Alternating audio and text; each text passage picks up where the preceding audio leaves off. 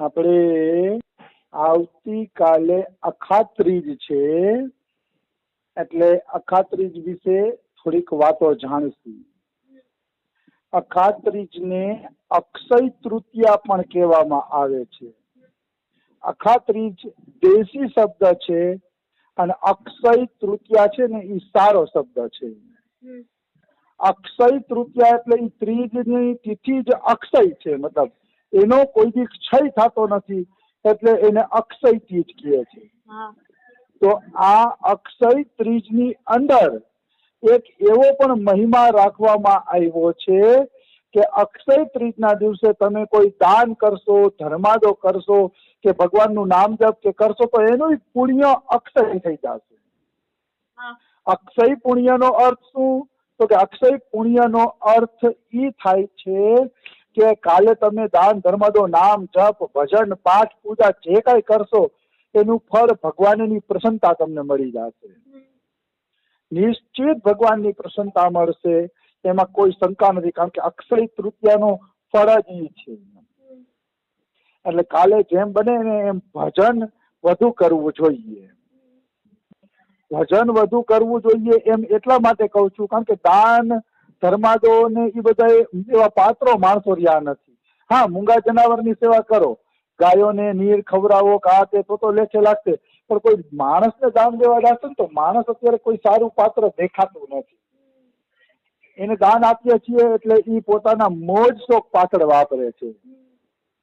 આવી વસ્તુ છે. એટલે અક્ષય તૃતીયાના દિવસે વધુ ને વધુ પ્રભુ ભજન કરવું જોઈએ. જેમ બને એમ ભગવાનના નામ જપો ને તો ભગવાનના નામનું અક્ષય ફળ નીકળશે. એટલે કાલે વધુ ને વધુ ભગવાનના નામ જપ કથા કીર્તન અને એ કરીએ તો વધારે સારું છે. બીજું, અક્ષય તૃતીયામાં વૃંદાવનમાં બાંકે બિહારી મંદિરની અંદર બાંકે બિહારીના ચરણના દર્શન થાય છે. વર્ષમાં એક જ વખત બાંકે બિહારીના ચરણ દર્શન થાય છે અને એ છે અક્ષય ત્રીજના દિવસે થાય છે. એટલે કાલે લગભગ મારા પાસે વિડીયો આવશે જ બાંકે બિહારીના ચરણ દર્શનનો, તો હું ભક્તોને મોકલવાનો પ્રયાસ કરી. એટલે કાલે ચરણ દર્શન પણ બાંકે બિહારીના છે, જે વર્ષમાં એક જ વખત થાય છે. શા કારણે આમ કરે છે એ બહુ સ્પષ્ટ મને ખ્યાલ નથી. બીજું, અક્ષય તૃતીયાનું મહિમા એ છે કે અક્ષય તૃતીયાથી જ વાસ્તવમાં સાચો ઉનાળો બેસે છે. ઉનાળાની શરૂઆત તો થઈ જાય છે, તડકો ધીરે ધીરે વધતો જાય છે, પણ વાસ્તવમાં અક્ષય ત્રીજ પછી તડકો એવો ગરમ થાય છે કે આપણી ચામડી બળે. ચામડી બળે એવો તડકો અક્ષય ત્રીજ થી ગરમી પકડે છે. એટલે અક્ષય ત્રીજ ના દિવસથી ઠાકોરજીના શરીરે ચંદનનો લેપ કરવામાં આવે છે. કારણ કે ચંદન ઠંડુ છે, એટલે ઠાકોરજીને આ શરીર ગરમ ન થઈ જાય, તકલીફ ન પડે, શરીરમાં બહુ તાપ ન લાગે, એટલા માટે ચંદનનો લેપ કાલથી શરૂ થાય છે. એટલે ઠાકોરજીને કાલથી થોડો થોડો ચંદનનો લેપ પણ કરવો જોઈએ, જરૂર કરવો જોઈએ, જેથી ઠાકોરજીના શરીરની તાપની પીડા દૂર થાય. હવે તો ઘણા ભક્તો પંખો ને એવું રાખે છે ઠાકોરજીની નજીક, સારી વાત છે, પણ ગમે એવો પંખો રાખો તો લૂ તો બળવાની જ છે ને, લૂ તો હળગવાની છે. એટલે બને ત્યાં સુધી ચંદનનો લેપ કરવો જોઈએ. પછી જોવું છે એનું વાતાવરણ. હો ભાઈ, વ્રજમાં વધુ ગરમી પડતી હોય તો અહીંયા તો ચંદનની સિસ્ટમ છે, ગુજરાતમાં તો પંખાથી પણ ચાલ્યું જાય જે હોય, પણ ભક્તોનો ભાવ છે એટલે ચંદન લગાડે છે. એટલે જો ચંદનની સુવિધા હોય તો ઠાકોરજીને ચંદનનો લેપ કમસે કમ કાલ પૂરતો તો કરવો જ જોઈએ. એટલે આપણે એક આનંદ આવે કે આપણે આ શુભ શરૂઆત કરી અખાત્રીજની. હવે ચંદનના લેપની એક નાનકડી નાગેન્દ્રપુરીની કથા પણ સંભળાવી દઉં, કારણ કે બીજું કઈ અક્ષય તૃતીયા વિશે નવું જાણવા જેવું નથી.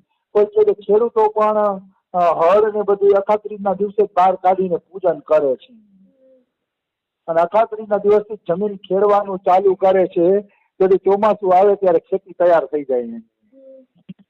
એવું પણ મેં ઉઠતું સાંભળેલું છે. જે કઈ હોય છે, આપણે તો નાગેન્દ્રપુરીનું ચરિત્ર લઈએ, કારણ કે ભક્ત અને ભગવાનનું સ્મરણ કરવાથી આપણી અખાત્રીજ સફળ થઈ જાય છે. એટલે આપણે ભક્ત અને ભગવાનનું સ્મરણ કરશું તો મહાજેન્દ્રપુરી કરીને એક સંત હતા જે ચૈતન્ય મહાપ્રભુના ગુરુના ગુરુ હતા. ચૈતન્ય મહાપ્રભુના ગુરુ ઈશ્વરપુરી અને ઈશ્વરપુરીના ગુરુ હતા માધવેન્દ્રપુરી. આ માધવેન્દ્રપુરી ભ્રમણ કરતા કરતા કરતા બ્રજ પ્રદેશની અંદર આવે છે અને પોતે સંન્યાસી હોવા છતાં પણ વ્રજ પ્રદેશમાં આવ્યા તો એને અતિશય ગમી ગયું.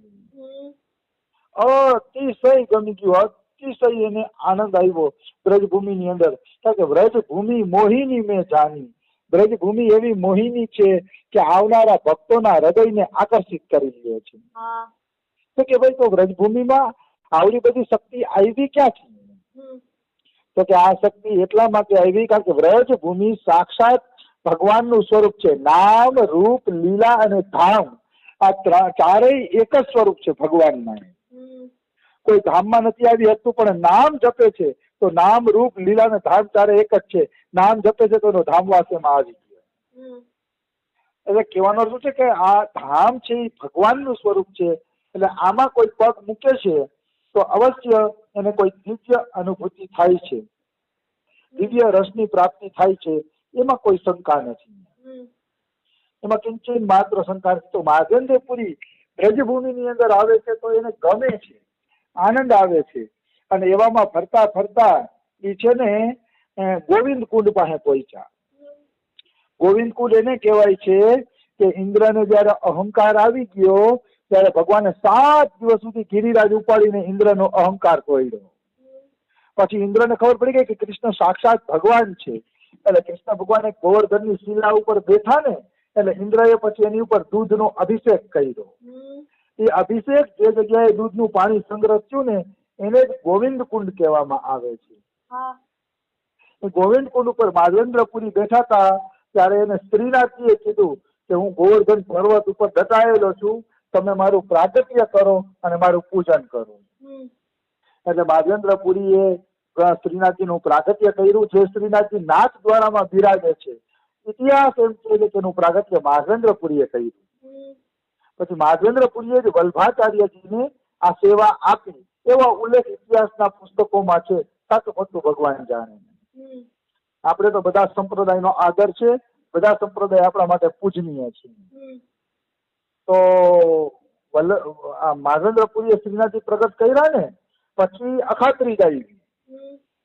એટલે અખાત્રીજની આસપાસ ઠાકોરજીએ કીધું કે હે મહાજેન્દ્રપુરી, અમારા શરીરે બહુ ગરમી લાગે છે, બહુ તાપ લાગે છે, તો તમે જાઓ મલિયાચલ વયા જાઓ અને મલિયાચલ જઈને ત્યાંથી ચંદન લઈ આવો અમારા માટે.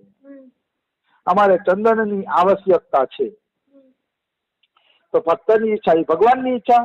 ભગવાન કોઈ ઈચ્છા કરે અને ભક્ત એને પૂરી ન કરે એ કદાપી સંભવ નથી, કદાપી સંભવ નથી. ભક્તના પ્રાણ ભગવાનમાં વસે છે.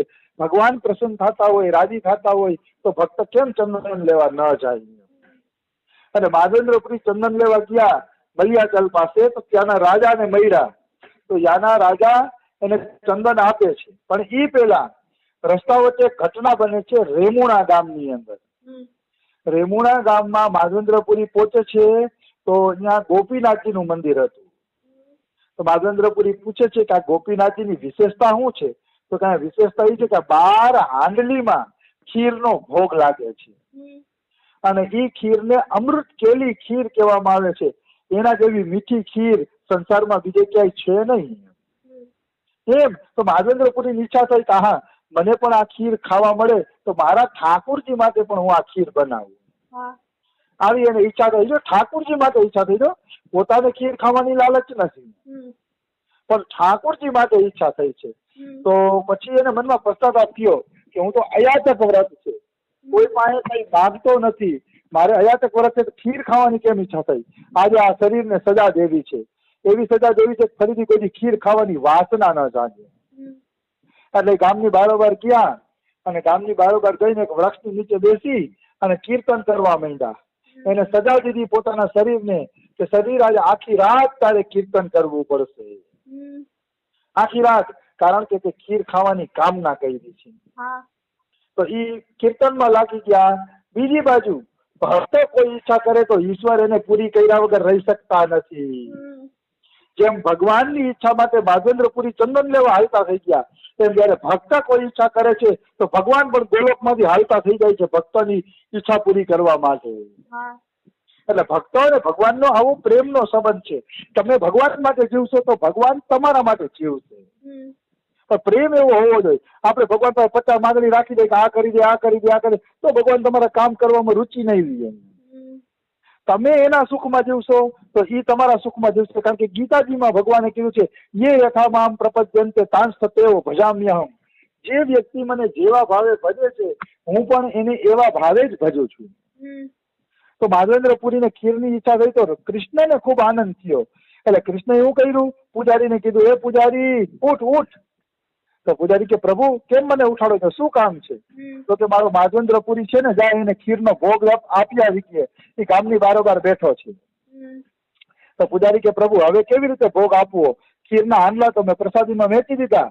તો કાનડો કે બધાય નથી વેચ્યા, એક હાંડલું મેં ચોરીને મારા પિતાંબર પાછળ હંતાડી દીધું છે.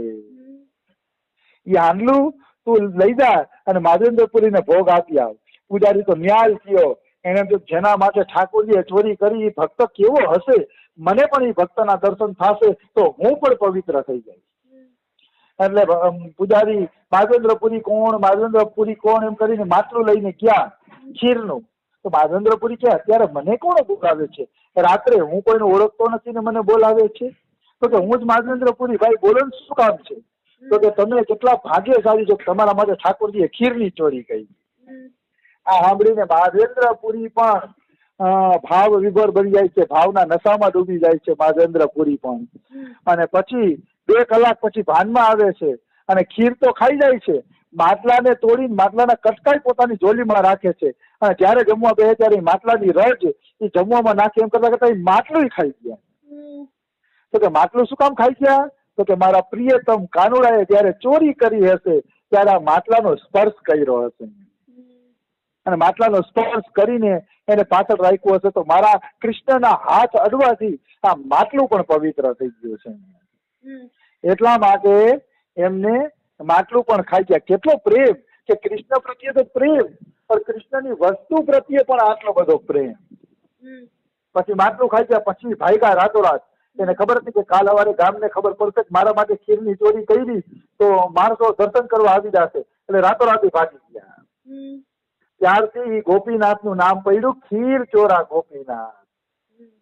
એટલા માટે આ નામ પડ્યું કારણ કે ભગવાને ભક્ત માટે ખીરની ચોરી કરી એનો ભગવાનને ઢંઢેરો પીધો હતો એટલે એનું નામ ખીર ચોરા ગોપીનાથ પડ્યું.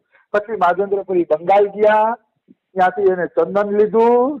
ચંદન લઈને પાછા આવતા હતા ને તો શ્રીનાથજીએ કીધું કે હવે તમે ખીર ચોરા ગોપીનાથને ચંદન લગાડી દો કે એટલે મને ચંદન આવી જશે. કારણ કે તમે અહીંયા પહોંચો ત્યાં તો ઉનાળો આખો વયો જશે, વાર લાગી જશે કે તો તમે જે ગોપીનાથ છે ખીર ચોરા ગોપીનાથ એને ચંદન લગાડી દો એટલે મને ઠંડક મળી જશે. આ લીલા દેખાડીને ભગવાને દેખાડ્યું કે ઠાકોરજી બધા એક જ છે. મારા ઠાકોરજીને કોઈ પ્રેમ કરે કે બાંકે બિહારીને પ્રેમ કરે એ હરખું જ છે. કારણ કે બાંકે બિહારીમાં જેટલા ભગવાન છે એટલા જ મારા ઘરના ઠાકોરમાં છે. એટલે હું બધા બહેનોને એને ઘણાને સલાહ દઉં કે તમારા ઠાકોરની સેવા કરો તો એમ નહીં માનવાનું કે આ સાધારણ મૂર્તિ છે અને બાંકે બિહારી જાગ્રત ઠાકોર છે, એમ નહીં. એક જ ઠાકોર છે. ભાવથી સેવા કરશો તો બાંકે બિહારીની સેવાનું જે ફળ મળે કે બીજા ઠાકોરનો જે ફળ મળે એ જ ફળ તમને મળશે. ઠાકોરમાં ભેદ ન કરવો જોઈએ. ભલે જાગ્રત ઠાકોર છે, આપણે માનીએ કે એની વિશેષતા વધુ છે, પણ ભાવનાથી જોઈએ તો કાંઈ અલગતા નથી. ભાવનાથી તો અમારા ઠાકોરજી ને તમારા ઘરના ઠાકોરજી બે એક જ છે ને એક જ હરખું ફળ આપે છે, એમાં કોઈ શંકા નથી. એટલે ઠાકોર સેવા વિશ્વાસપૂર્વક કરવી જોઈએ. માધવેન્દ્રપુરીએ ગોપીનાથને ચંદન લગાવ્યું તો એ વ્રજમાં શ્રીનાથજીને ઠંડક મળી જાય અને શ્રીનાથજી આનંદમાં આવી ગયા. તો આવી અનેક ઠાકોર